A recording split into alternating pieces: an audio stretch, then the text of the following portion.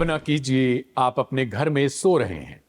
अचानक आधी रात को दर्जनों हथियारबंद कमांडो आपका दरवाजा तोड़कर अंदर घुसते हैं। आपकी चीखती हुई पत्नी और रोते हुए बच्चों के सामने आपको घसीटकर गाड़ी में डाल दिया जाता है।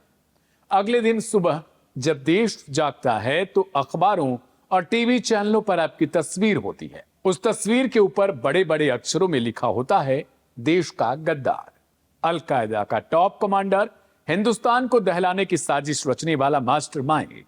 आपका सामाजिक जीवन, आपका सम्मान, आपकी पहचान एक झटके में राख हो जाती है। आप चिल्लाते रहते हैं कि आप बेगुनाह हैं, लेकिन आपकी आवाज सुनने वाला कोई नहीं होता। आप सलाखों के पीछे फेंक दिए जाते हैं। 1 साल नहीं, 2 साल नहीं, करीब 1 दशक यानी हजारों दिन और लगभग 1 लाख घंटे आप तिल तिल कर जेल में मरते हैं। और फिर करीब 1 दशक बाद अदालत की एक फाइल पर जज की कलम चलती है और लिखा जाता है, अभियोजन पक्ष आरोप साबित करने में नाकाम रहा। लेकिन कहानी यहीं खत्म नहीं होती, क्योंकि इस एक फैसले के पीछे कई केस, कई आरोप और न्याय की एक लंबी लड़ाई छिपी हुई है।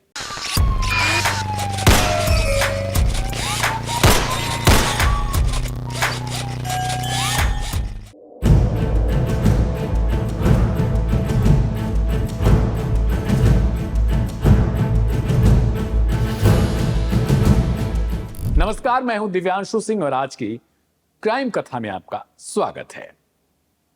इस वीडियो को आप तक पहुंचाने में हमारी मदद की है KR मंगलम यूनिवर्सिटी ने। आज क्राइम कथा में कहानी किसी शातिर अपराधी की नहीं, आज कहानी हमारी व्यवस्था की, उस कथित अंधे कानून की, जिसने एक इंसान और उसके परिवार को सालों तक अदालतों, आरोपों और सामाजिक फैसलों के बीच झुलाया। कानून की किताबों में इसे न्याय कहा जाएगा, लेकिन हकीकत में यह एक इंसान की जिंदगी का सबसे लंबा इंतजार भी हो सकता है। यह दास्तान है ओडिशा के कटक के रहने वाले मोहम्मद अब्दुर रहमान की, जिसे साल 2015 में दिल्ली पुलिस की स्पेशल सेल और ओडिशा पुलिस ने एक जॉइंट ऑपरेशन में गिरफ्तार किया था।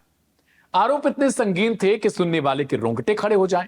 जांच एजेंसियों का दावा था कि अब्दुर रहमान वैश्विक आतंकी संगठन AQIS यानी al Qaeda in the Indian subcontinent का एक बेहद खतरनाक स्लीपर सेल चला रहा था।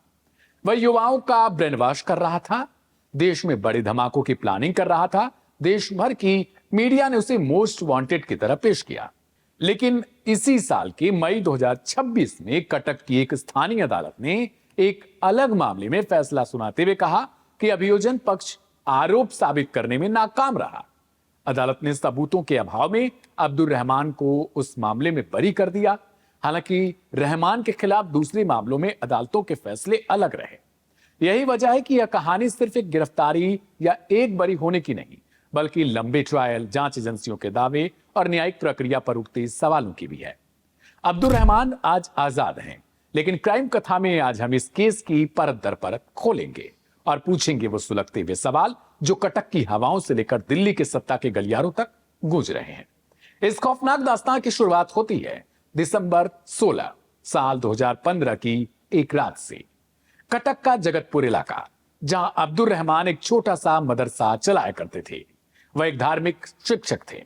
समाज में उनकी एक इज्जत थी। उनके बूढ़े पिता बीमार थे, पत्नी और छोटे छोटे बच्चे थे। लेकिन उस रात दिल्ली पुलिस की स्पेशल सेल और ओडिशा पुलिस की गाड़ियों ने पूरे इलाके को घेर रखा था। रहमान को गिरफ्तार किया गया। पुलिस ने ऑन कैमरा बड़े बड़े दावे किए। कहा गया कि रहमान साल 2014 में पाकिस्तान गया था, जहां उसने अल-कायदा से बड़े आतंकियों की मुलाकात की। दावा किया गया कि उसने झारखंड, उत्तर प्रदेश और ओडिशा में आतंकियों का एक बड़ा नेटवर्क तैयार कर लिया है और वह कटक के अपने मदरसे को आतंकी गतिविधियों के हेडक्वार्टर की तरह इस्तेमाल कर रहा था। उस पर UAPA यानी गैर कानूनी गतिविधियां रोकथाम अधिनियम, माने बड़ी खतरनाक धाराएं, जिसमें जमानत मिलना लगभग नामुमकिन है।